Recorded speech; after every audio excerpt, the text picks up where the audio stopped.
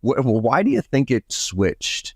And was it the bad practices of sales or a mindset, which we'll get into in a minute, because I love what you talk about as far as the mindset shift we need to make here.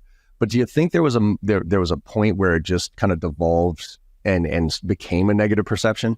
I think that that we look at sort of different eras, and we describe the type of selling that you had in the early industrial era, which was in the 1800s up to perhaps the 1960s, where it was very much a product-led sort of revolution, really. It was, and who held the power? The power was often with the salespeople who had the knowledge and they had the know-how about what it is they're selling.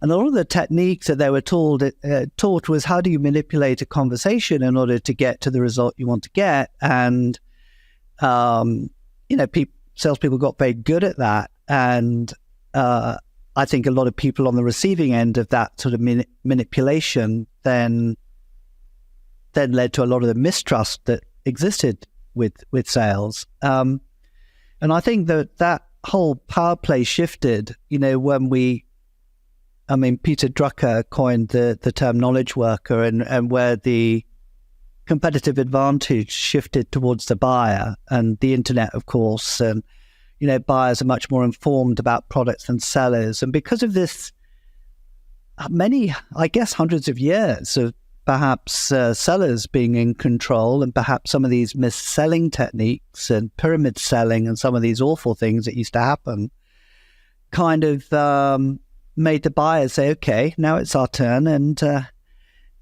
we'll start doing a bit of the lying, perhaps, as you were saying earlier.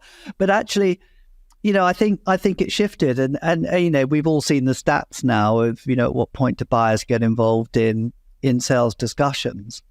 But I do believe that it's shifting again because the world is changing so fast and so quickly. I think it's much more about co-creation and about working together. And I'd like to think that there's a sort of coming together of these two extremes into something which is, it's collaborative.